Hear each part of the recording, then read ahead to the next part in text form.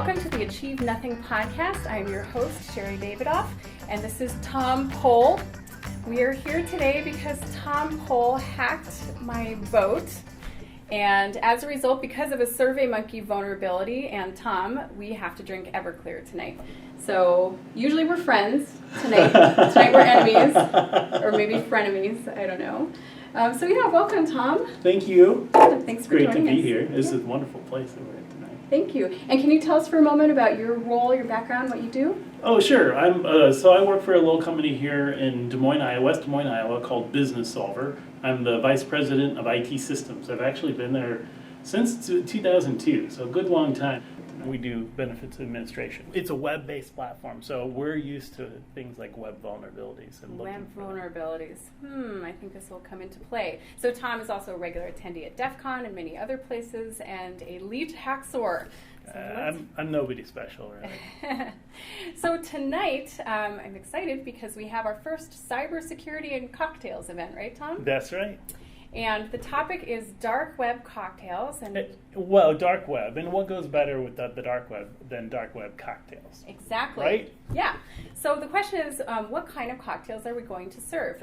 By the way, this event is sponsored by my new company, Brightwise. We are a cybersecurity training company. It's a joint venture between LMG and AMC, based here in Des Moines. So we're really excited about that.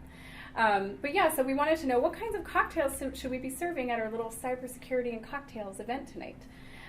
So we took submissions. We got 12 submissions. Sweet. How many of those were awesome? 11 were awesome and 1 was terrible. Actually, 9 were awesome and 2 were not great and 1 was terrible. And the one that was terrible, I don't know if you want to tell us about this, Tom. So this is called breach bleach. And basically, this is how you recover from a breach, using cocktails. Oh. And you take a medicine cup and 3 ounces of Everclear, and you drink it. So that's breach bleach. It seems like the best cocktail ever. Yeah, and let's just say we got a little pushback from the bartender on this. We'll get to that. So anyway, we put this out there. We got 12 submissions, and then we decided to let the security community vote on which would be the cocktails that we should serve tonight. We were going to serve the top 2. And so it all started off very well. Some of the good cocktails got some of the early votes, and then all of a sudden, Breach Bleach got like 40 votes. It rocketed up to first place. I'm not used to first place, so this is... You're always in second place. I'm always in second place. I'm a great second place guy.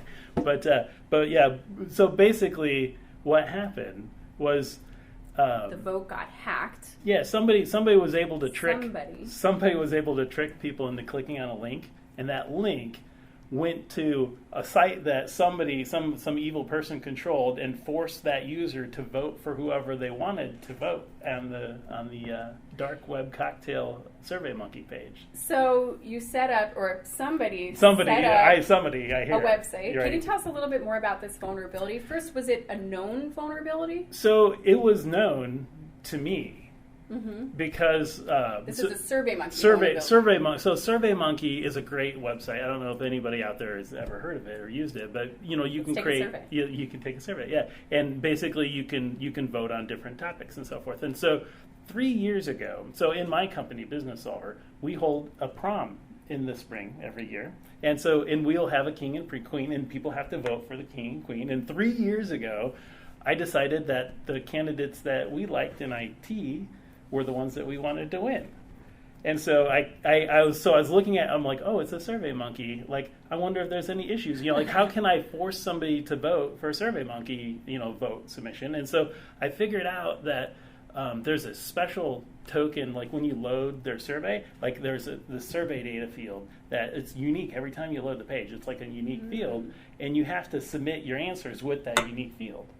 And so what I figured out was that it needed to be unique, but it didn't have to be unique for the user that requested the survey, that submitted it.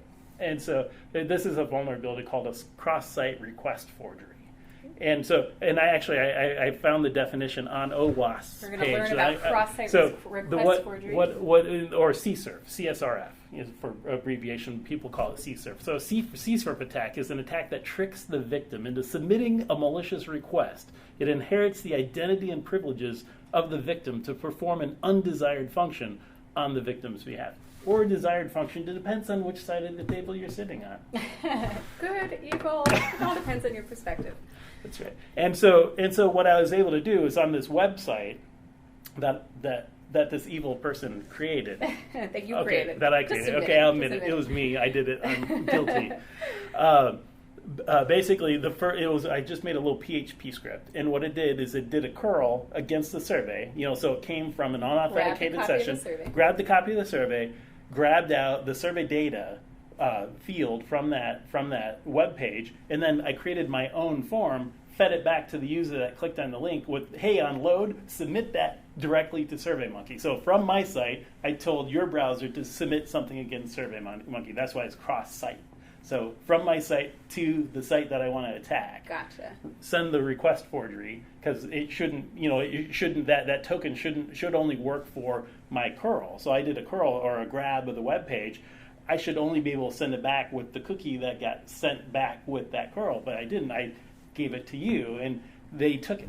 And so it's an attack. It shouldn't happen, right? The session that the token was generated for should only be good for that one user on the internet. And the problem is it's good for any user on the internet. And I reported this to them 3 years ago, but they didn't have security at SurveyMonkey. Didn't work. I tweeted at them. I tried finding employees and following them on Twitter and sending them private. I got no response at all. And so when I saw that Sherri was going to send out the SurveyMonkey request, and this is dark web based, I'm like, this can possibly still work 3 years and I later. was relying on you for advice too. That's right. right. A little jilted.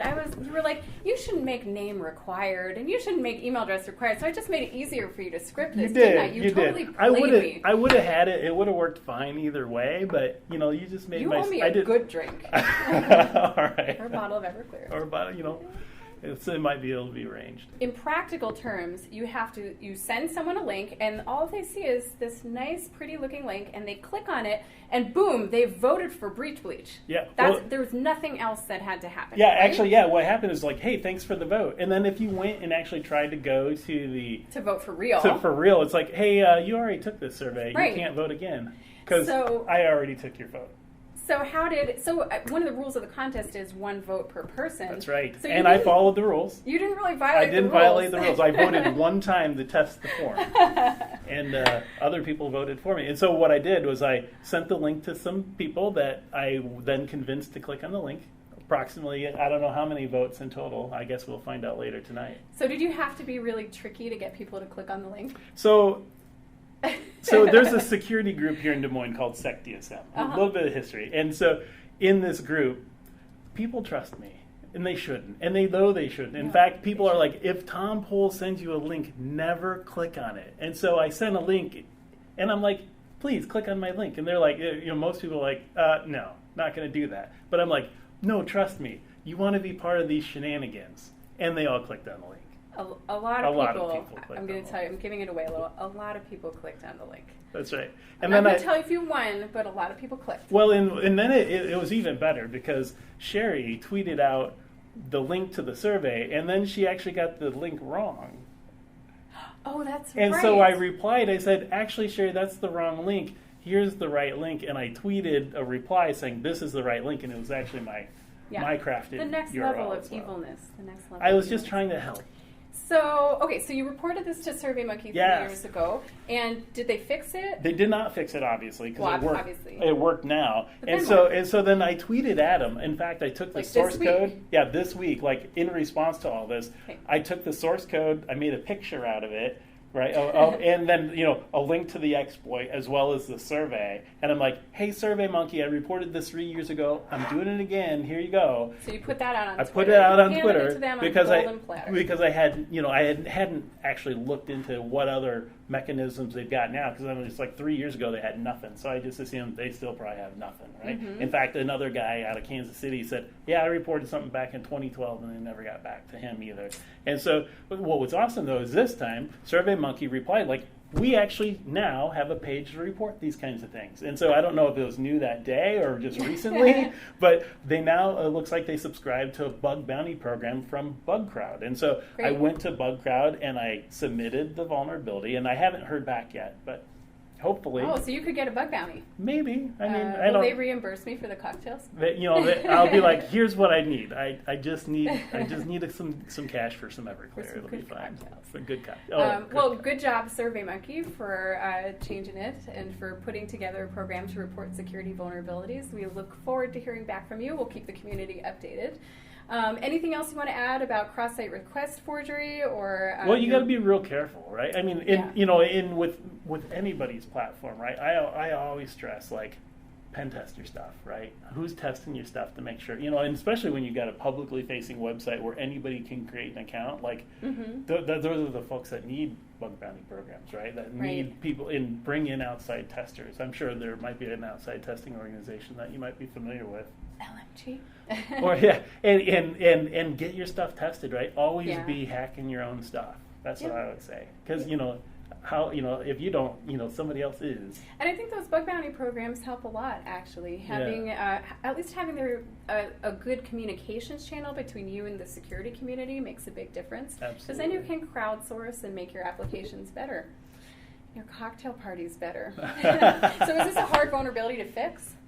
It shouldn't be. It all depends on several different factors, right? I mean, they could even, it looked like it was an encoded CSRF token, and so if they added some kind of session identifier as a part of that token or something like that, so then they could validate that this is coming, the CSRF token is coming back for the session that it was generated for, something that would tie the submission of the CSRF token with the request that requested the page that generated the CSRF token is all they have to do. So someone can't take over. Yeah, well, in some of the other, there's other really weak ways to protect against CSRF, like check the referrer, right? The referrer for this submit was my evil web page, so it wasn't obviously SurveyMonkey. So there's other weak things that you could do that they also didn't do. So, there's always a belt and suspenders. There's multiple ways to solve the problem. There's the real way, and then there's other mitigating things that you can do. So.